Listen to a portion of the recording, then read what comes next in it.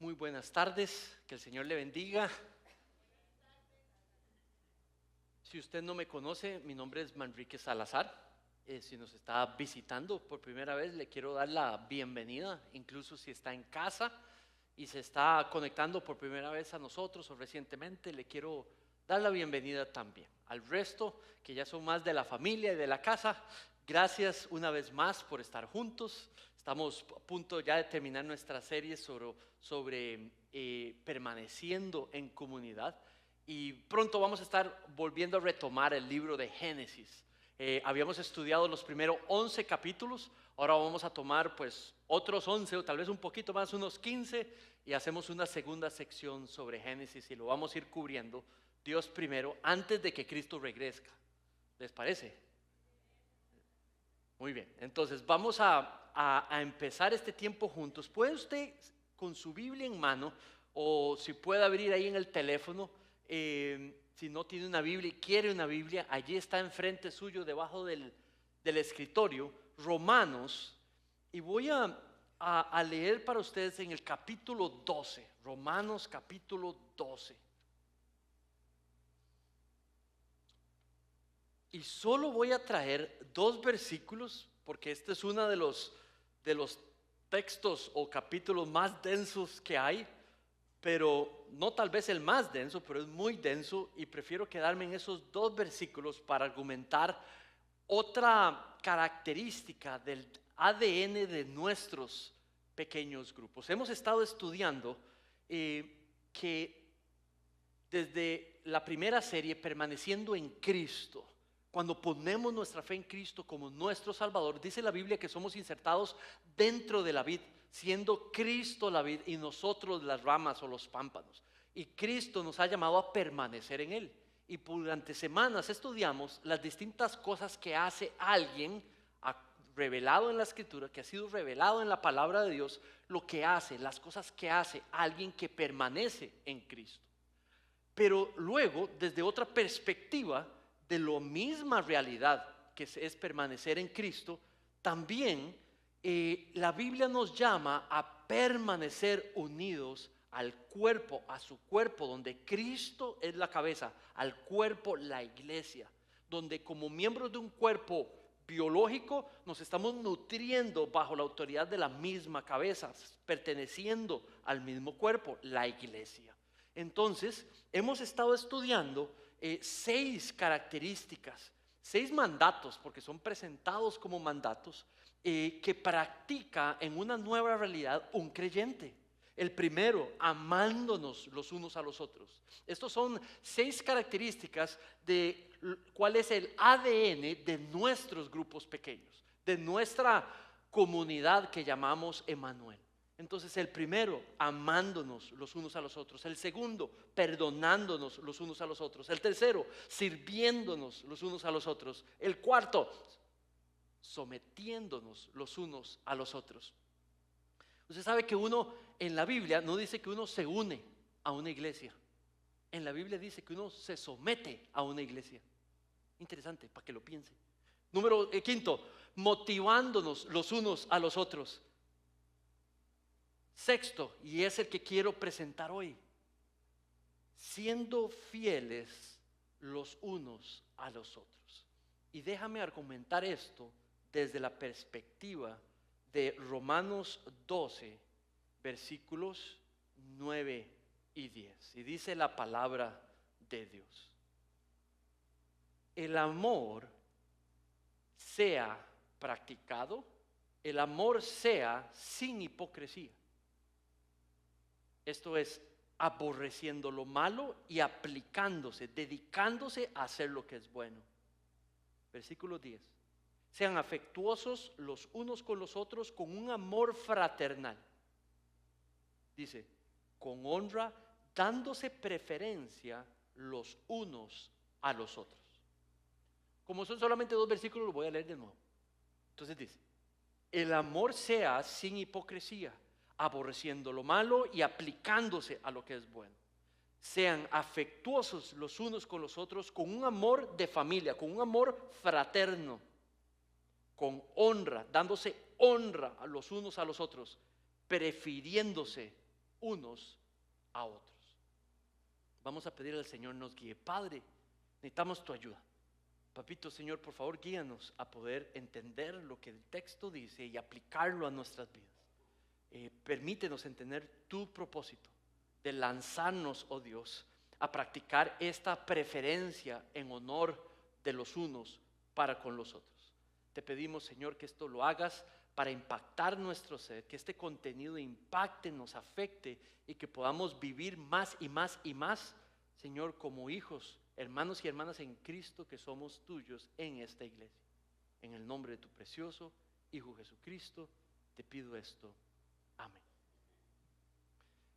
Entonces, cuando hablamos de practicar ese sexto componente de nuestra comunidad, de los creyentes que somos partes en nuestra comunidad, hablamos de sernos fieles. Entonces, cuando hablamos de ser fieles, quiero traer este texto para basarme en lo que quiere decir esa palabra fidelidad, sernos fieles los unos a los otros. Entonces, lo primero que el texto dice es que para poder ser fieles los unos a los otros, necesitamos tener una devoción a lo que es el amor verdadero. Entenderlo, haberlo abrazado y tenerlo como lo que uno vive y lo que uno da a otros. El amor verdadero. Si hay un amor verdadero, hay un amor que es falso.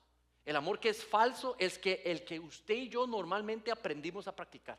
Es el que normalmente aprendimos a desarrollar un concepto de amor que está completamente afectado y establecido por todas las experiencias de amor que nosotros hemos tenido. Y de ahí es donde sale a lo que nosotros le llamamos amor. Producto del contexto que venimos, papás, abuelos, como nos enseñaron, lo que hemos sufrido y lo que usted y yo llamamos amor. Y ese es el amor humano. Pero eso no es el amor verdadero. El amor verdadero viene de la fuente de lo que es perfecto y es verdad, y eso solamente es Dios. Entonces, para usted poder ser fiel bíblicamente a otra persona, necesita primero, dice el pasaje, que necesita primero tener una devoción a lo que es amor de verdad. Entonces, cuando hablamos de devoción, esto no es obligación. Es algo que he entendido y es algo que lo he vuelto mi convicción, es mío, me he apropiado de esto y por ende es mi convicción de practicarlo. A mí me dijeron que yo era Salazar desde que estoy chiquitico. Yo me la creí y yo me siento un Salazar. Y de todo lado donde voy y alguien dice no sé qué es Salazar y yo, mira, tiene el mismo, o sea, me identifico. Mi apellido es mi apellido, me lo dieron y eso es lo que es. Interesante, porque en realidad yo no soy Salazar, yo soy Montealegre. Mi bisabuelo es hijo natural de un señor Montealegre. La mamá es la que era Salazar. Pero mi identidad está basada en lo que a mí me enseñaron en contexto. Yo soy un Salazar, no un Montealegre. Ahora, el cristiano ha sido amado por Dios y ha sido receptor del amor de Dios. Es un amor no merecido, es un amor que costó una vida, es un amor que costó sangre, que costó un cuerpo, que costó la vida de Dios. Es un amor que lo pagó todo, que nos ha redimido, que nos ha regenerado. Por medio del Espíritu Santo nos está transformando. Es un amor de hecho y recto, precioso. Y eso es lo que uno se vuelve embajador y receptor cuando uno pone su fe en Cristo. Entonces, el amor verdadero es descrito por Dios, es revelado por Dios, es enseñado por Dios. No lo establece por experiencia el ser humano. Uno lo recibe y para recibirlo tiene que tener fe en la mayor expresión de ese amor, la entrega de Cristo. Y una vez que uno recibe ese amor, viene a habitar en el corazón de uno y se vuelve una convicción de vivir de acorde a ese tipo de amor, que es un amor sacrificial, que no es un amor interesado.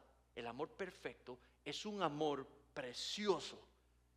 Entonces, para nosotros poder ser fieles los unos a los otros, necesitamos tener devoción por el amor verdadero. Ahora, mire lo que dice, el versículo lo define, primero lo establece, versículo 9, que el amor sea sin hipocresía. El amor verdadero no hay hipocresía. En el amor perfecto de Dios no hay mentira, no hay hipocresía. Es sincero, genuino, puro. Y ese es el que recibimos por medio de la acción del Evangelio.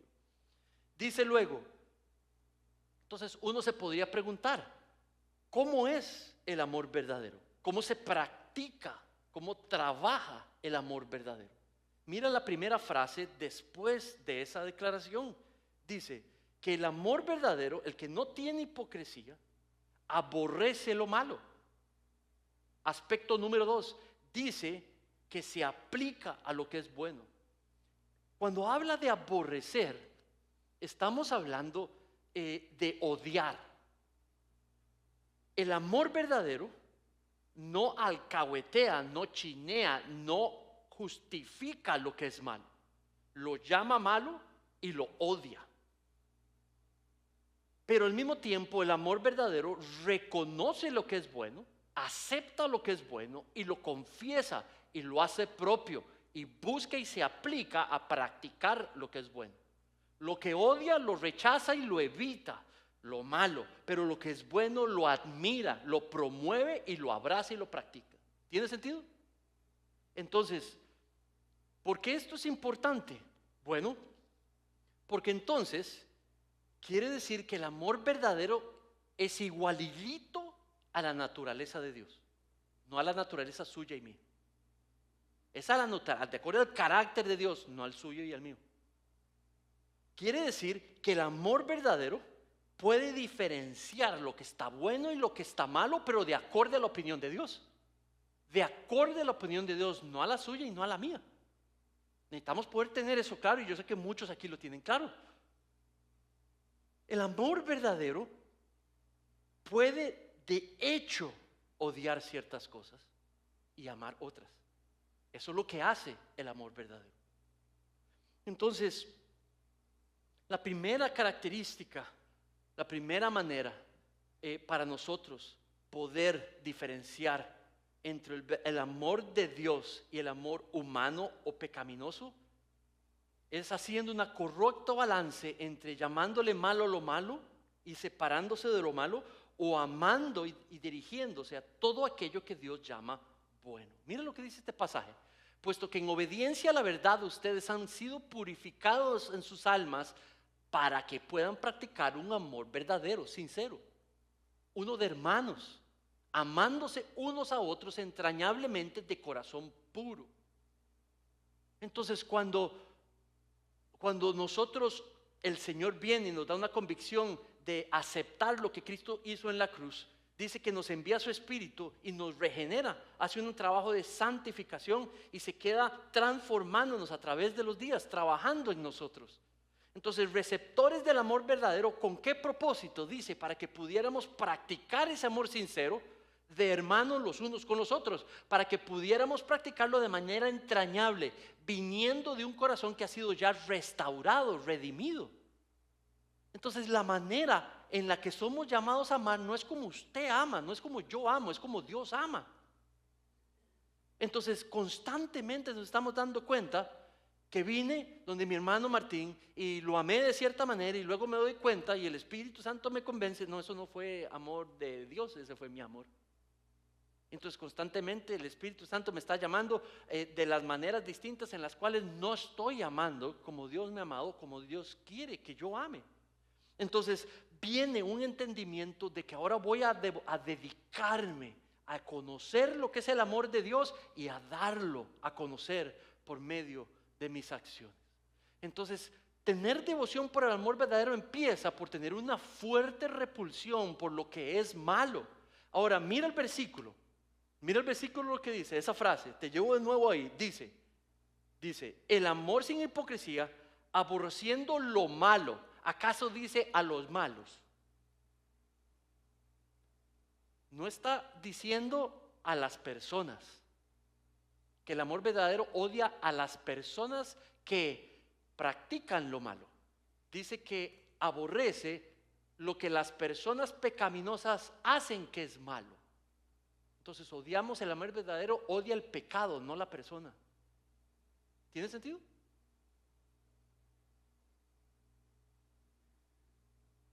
Ahora, cuando hablamos de fuerte repulsión por lo malo, el amor verdadero, en nombre del amor, no esconde lo que es malo, no justifica lo que es malo, no esconde lo que es malo, ni le llama bueno a lo que es malo, no le llama malo a lo que es malo,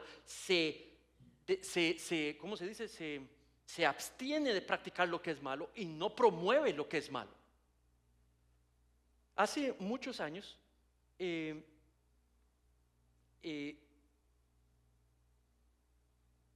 cuando tenía como 6 años, mi papá tenía lechería, ganado y de leche, ganado de leche. Y me acuerdo un día una vaca que se perdió y tenía como 3 días de perdida. Y era una propiedad muy grande y ya finalmente la habían encontrado. Esta ilustración es para darte una ilustración de cómo Dios ve el pecado. Dios es amor, pero Dios es verdad y Dios es justicia. Y Dios es ira sobre el pecado. Necesitas poner las 4 juntas. Dios no alcahuetea el pecado, si no, no hubiera sacrificado a su propio hijo, ni hubiera castigado el pecado en sí mismo, si fuera algo que uno simplemente puede pasar por alto. Entonces, finalmente encontraron la vaca y me acuerdo yo haber llegado de la preparatoria o del kinder, no me acuerdo, alguno de esos dos, estaba chiquitito y logré llegar a donde estaba el grupo de peones y demás. La vaca se había volteado y caído en una zanja. Y las vacas cuando se caen en zanja y se vuelcan, ellas mismas no se pueden volver. Entonces se asfixian. Esta vaca tenía 3 días de haber estado muerta. Cuando la vaca la encontraron, la vaca era como así, ¿verdad? Y cuando la encontraron era como así. Y me acuerdo estar cuando con un tractorcito la estaban sacando con unas fajas. Y cuando una de las fajas agarra una de las patas y lo jala, aquella pata se zafó. Inmediatamente por ese lugar salió un montón de cosas negras, un montón de cosas negras y una muy peculiar fragancia invadió todo el lugar y ¿cómo se dice? Me envolvió. Y la reacción fue como, ¿usted ha pasado por algo similar? ¿Usted ha olido algo espantoso y ha tenido esa reacción estomacal? Hay uno de los verbos en el Antiguo Testamento en hebreo que explica, es una palabra que es de hecho del ambiente estomacal cuando Dios ve el pecado. Su naturaleza y carácter es santa. Y cuando está frente al pecado, simplemente es un rechazo a lo que es en contra de su propio carácter.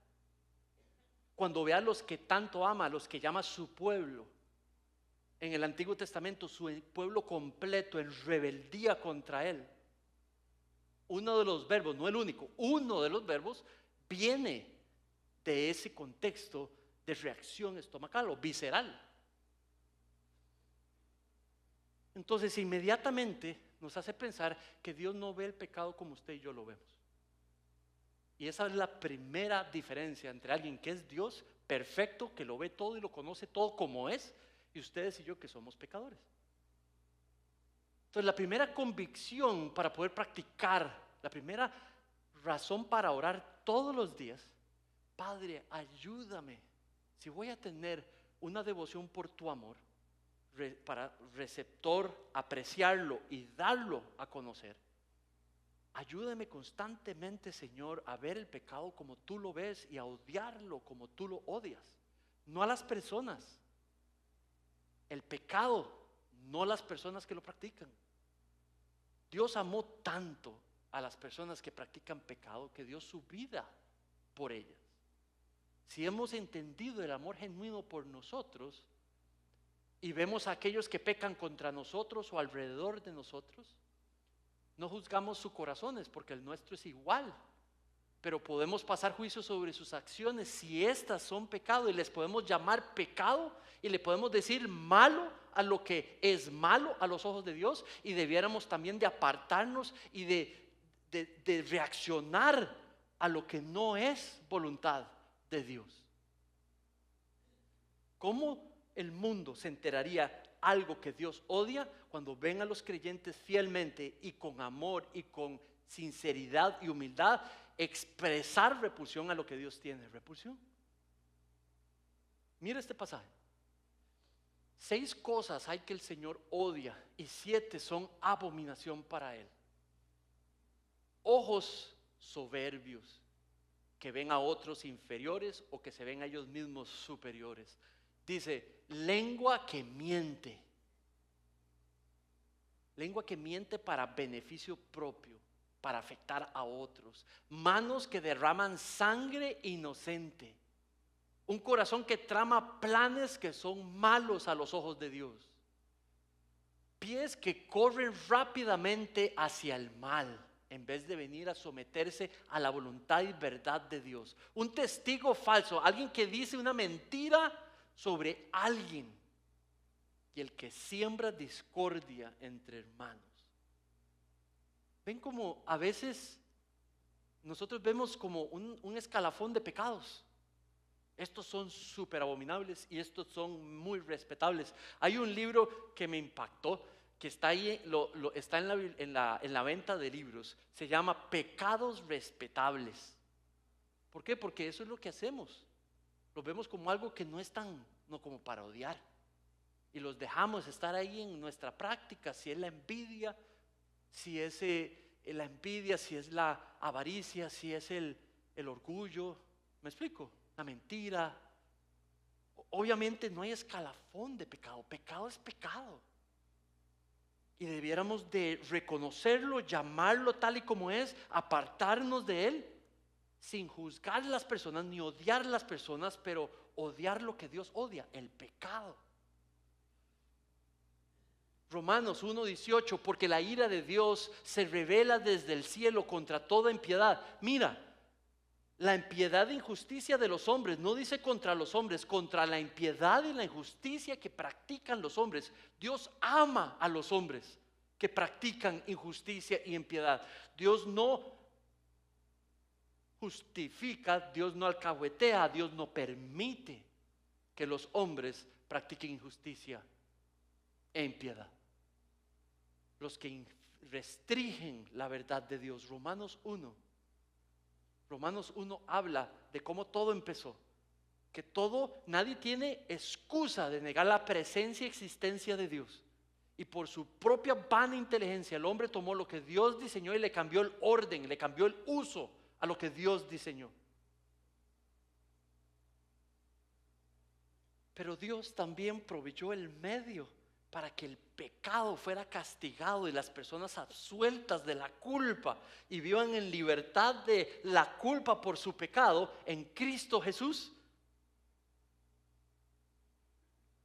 Pero también para tener devoción al amor verdadero tenemos que poder tener una fuerte atracción por lo que es bueno, por lo que Dios llama bueno. Mira lo que dice este escritor Douglas Moo.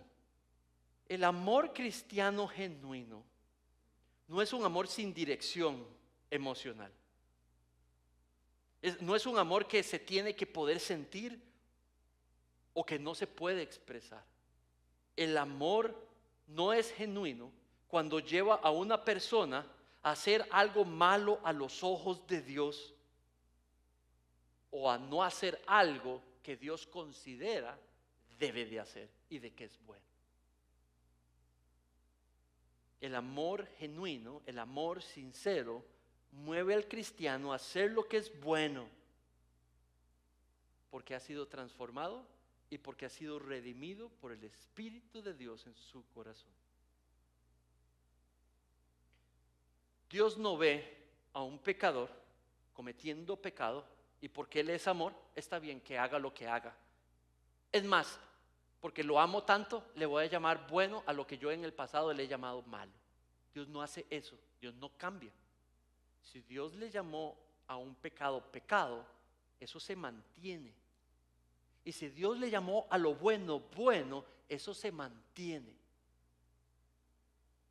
Lo bueno siempre, en todo momento, va a ser responder a un grito con humildad, con paciencia y con mansedumbre. Eso nunca va a cambiar. Pegarle 4 gritos a un hijo, eso siempre será llamado malo y nunca va a ser llamado bueno.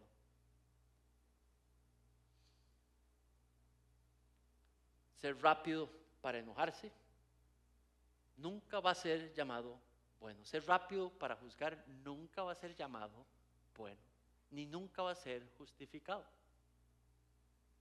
Tomar lo que Dios no trajo para nosotros, tomar algo que no es de la voluntad de Dios para nosotros y hacer lo propio, nunca va a ser llamado algo bueno por Dios. Pero también todo lo contrario, lo que Dios ha llamado, que ante un grito, que ante un abuso verbal, bajemos la cabeza en humildad y respondamos con un tono manso, diciendo lo que se tiene que decir, o incluso en algunos momentos no diciendo nada, y siendo el fuerte y quedándose callado, o siendo mansedumbre y hablando con amor y respeto, sin provocar, no juzgando los corazones, pero hablando y argumentando con madurez. Eso siempre será llamado bueno. Enfocándose en las cosas del corazón, no en los comportamientos. Nuestros hijos, uy, es que se comporta. Enfócate en el corazón, háblale de Cristo, ámale, dale testimonio. Eso siempre va a ser lo bueno, aunque sí tenemos que corregir los comportamientos.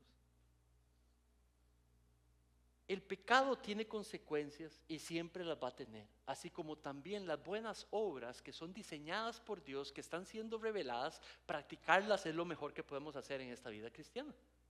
Y siempre va a ser bueno. Promover la unidad va a ser siempre lo bueno. De evitar la división, el chisme, siempre va a ser llamado bueno. Hacer lo contrario siempre va a ser llamado malo.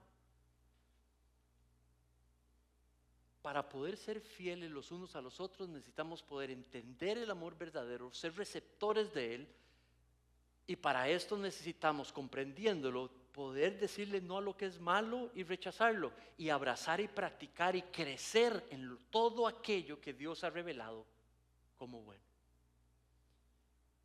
Ahora también, ahora sí, entonces entendiendo, teniendo una devoción por el amor verdadero, podemos actuar en nombre de ese amor. Mira el siguiente versículo, dice, versículo 10, sean afectuosos unos con otros con un amor fraternal. Entonces la primera frase nos está hablando específicamente de un amor fraterno. El amor fraterno está hablando de un amor de familia. Y empieza a hablar como si fuéramos hermanos. Pero de hecho somos hermanos y somos hermanas. Porque en Cristo somos insertados no solamente en una vid, la otra metáfora es una familia, un cuerpo. Somos hermanos bajo el mismo Padre Celestial. Entonces somos hermanos y hermanas en Cristo. Es el tipo de amor que refleja una buena y sana familia, en una familia biológica. Ese es como si fuéramos una familia biológica, nos amamos los unos a los otros como si fuéramos hermanos verdaderamente, aunque espiritualmente eso es una realidad. Con la devoción característica de la mejor familia. Entonces, tratándose con un amor de familia. ¿Saben? Nunca se me va a olvidar que en la escuela había un muchacho una vez que me estaba yo estaba como en 7º año y este estaba como en 9º año, y nunca se me va a olvidar de que él y sus amigos me tomaron en una esquina ahí, me encontraron y querían bullearme y me empezaron a golpear y me empujaban. Uno me golpeaba, ¿cómo se llama cuando uno hace esto? ¿Cómo le dicen ustedes? Cosco, ¿verdad? Coscorrones. Me daban coscorrones entre los tres, ¿verdad? Y yo nada más me protegía porque era el débil, y ellos buscaron hacer eso. Me encontraron en un callejón del colegio y ahí me abusaron de esa manera. Y nunca se me va a olvidar cuando de pronto, sin yo saberlo, llegan mis 2 hermanos mayores e intervienen, los quitan, ¿verdad? Y se ponen y me cubren. Y ellos no los golpearon y nada más, y mis hermanos eran de décimo y de undécimo, entonces eran más grandes, y se meten, me cubren, y a mi hermano usted no le hace eso, ¿verdad? Y cubriéndome, protegiéndome. ¿Por qué? Porque yo era su hermano menor, y ella eran los hermanos mayores, y eso es lo que hacen los hermanos mayores, protegen a los menores. Eso es lo que hacen los fuertes, protegen a los débiles. Entonces, eran mis hermanos, y ellos hubieran dicho lo mismo: este es nuestro hermano, aunque sea como él es, este es nuestro hermano. Es ese tipo de fidelidad, ese tipo de compromiso que a veces uno ve en distintas maneras, digamos, en las familias biológicas, donde nos damos crédito, nos preferimos porque somos hermanos, hermanas en Cristo. Teniendo la iniciativa, dice la última parte, de honrar a los demás constantemente. Mira la última parte, dice: sean afectuosos unos a otros con amor fraternal, con honra. Y luego dice: dándose preferencia unos a otros. ¿Qué es honrar a una persona? ¿Qué es ser fiel a una persona? Ok, esas dos preguntas las quiero dejar aquí, y luego me voy a pasar allá para hacerle una ilustración y luego me devuelvo. ¿Qué es ser fiel con un hermano en Cristo o una hermana en Cristo? ¿Qué es honrar a una hermana en Cristo o un hermano en Cristo? Me voy a poner aquí. No sé si usted lo ha experimentado, yo no, pero lo he escuchado. Que alguien viene y le dice a otra persona: es que usted es increíble. Ya le aclaré que es algo que he visto. Ahora la pregunta es: ¿por qué esa persona dice eso de la otra persona? Pregúnteselo. Entonces lo primero que viene a la mente es porque sabe algo, y ese algo lo exalta, y dice eso porque está exaltando ese algo que conoce de esa persona. Lo que está haciendo es honrándolo. Donde el problema es cuando la motivación es incorrecta o pecaminosa, pero si es una sana, santa motivación, lo que está haciendo es elevando algo sobre la persona, que conoce sobre la persona, y lo está poniendo en alto y está diciendo: usted sí que es increíble. ¿Tiene sentido? Entonces, cuando hablamos de honrar, necesitamos con la mente reconocer quién es esa persona enfrente. Mi hermano, mi hermana en Cristo, el receptor de la misma gracia no merecida, pecador igual que yo. Pero entonces busco algo en él o en ella que se vuelva la información que yo voy a exaltar. ¿Tiene sentido? Eso es. Ahora, es algo que me nace, es algo que quiero hacer, eso no importa. Dice: dando preferencia a las otras personas. Es lo que Dios quiere que yo haga. En vez de poner mis deseos, mi confort, Dios quiere que yo esté constantemente amándonos con amor fraterno, reconociendo quiénes son mis hermanos en Cristo, lo que hacen, lo que viven. Y cuando aquello me trae un beneficio, lo exalto. Cuando aquello que están haciendo o sus propias vidas tienen un impacto sobre la mía, lo exalto y lo levanto y los honro y los alabo. ¿Saben? Hace muchos años, creo que fue como el primer año de ir por primera vez a la iglesia, fui y le pedí a un señor. Yo quería servir en la iglesia, en una iglesia grandísima, que es donde el Señor me salvó. Y fui y pregunté dónde yo podía a servir. Y me dijeron: vaya con fulanito, él es el que acomoda las sillas de la iglesia antes del servicio, va y le ayuda. Entonces me voy donde fulanito me dice: sí, nos vemos ahí a las 5 de la mañana. Y yo: 5 de la mañana, es domingo. Yo: oh, pero el servicio es hasta las 10. Pero no le puedo llegar ahí como a las 8:30. Pero no, a las 5 tenemos que estar ahí. Yo: sí, señor. Y entonces ahí estábamos a las 5, y él acomodó en esos 45 minutos como unas 500 sillas. En esos 45 minutos yo acomodé como 15, ¿verdad? Pero el Señor era así como una máquina de acomodo de sillas. Había que sacarlas de un cuarto, venir y colocarlas. Yo acomodé mis 15, 20 sillas. Ok, ya estamos listos, vamos a escuela dominical. Por eso era que era antes de la mañana. Entonces, muy bien, fuimos a escuela dominical, viene servicio, el pastor principal está allí, estoy yo durante todo el servicio, ya me voy para mi casa, cuando de pronto escucho, muchacho. Y entonces vuelvo a ver, ¿verdad? Y era el pastor principal, ¿verdad? Nunca nos habían presentado, yo no lo conocía. Y me hace, venga para acá. Entonces ya voy donde él, y entonces llega y me dice, gracias, qué bendición verte. ¿Cuánto tienes de venir a la iglesia? Y yo, como un año.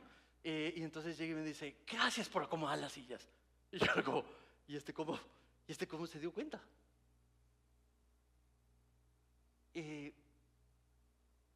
Tuvo la gentileza, tuvo la determinación, tenía la devoción de dedicarse a ese Señor,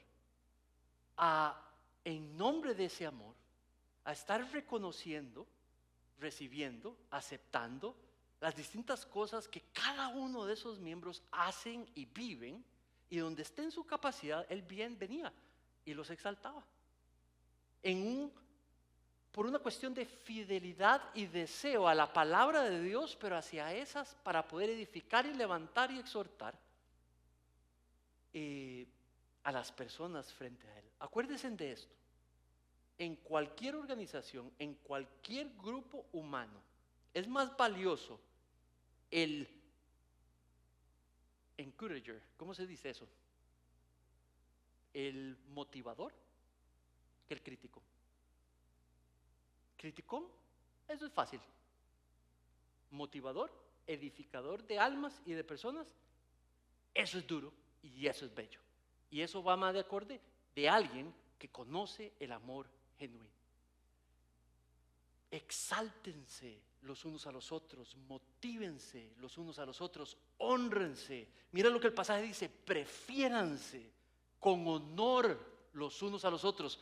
No lo hacemos para que el otro salga jactándose de sí mismo, porque si alguien conoce el amor verdadero, el amor genuino, y recibe exaltación, ¿a quién se la va a enviar?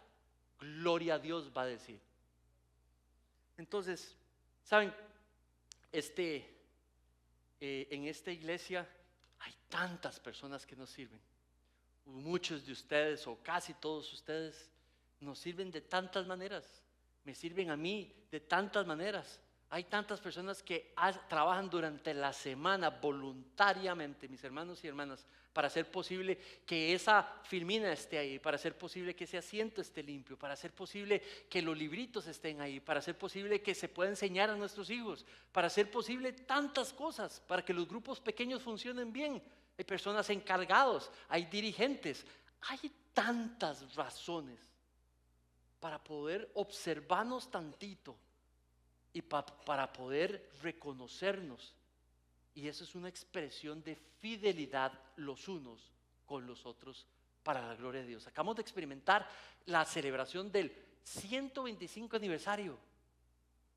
Si ustedes tuvieron algo que ver en organizar y servir y ayudar para ese evento, mis hermanos, gracias. Gracias por su sacrificio, porque ese fue un evento precioso para la gloria de Dios. Si estuvo presente y pudo estar presente, gracias también. Porque estuviera lleno, fue una bendición. Si hubiera estado vacío, no hubiera sido tan de bendición, ¿verdad? Pero estaba repleto. Me dejaron sin churros, pero está bien. No, no es cierto, me comí uno. Ah, pues fue usted. Muy bien, entonces, ¿estamos claros? Ámense los unos a los otros, perdónense los unos a los otros, motívense los unos a los otros.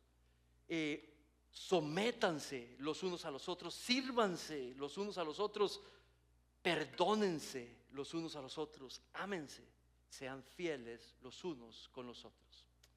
Vamos a orar.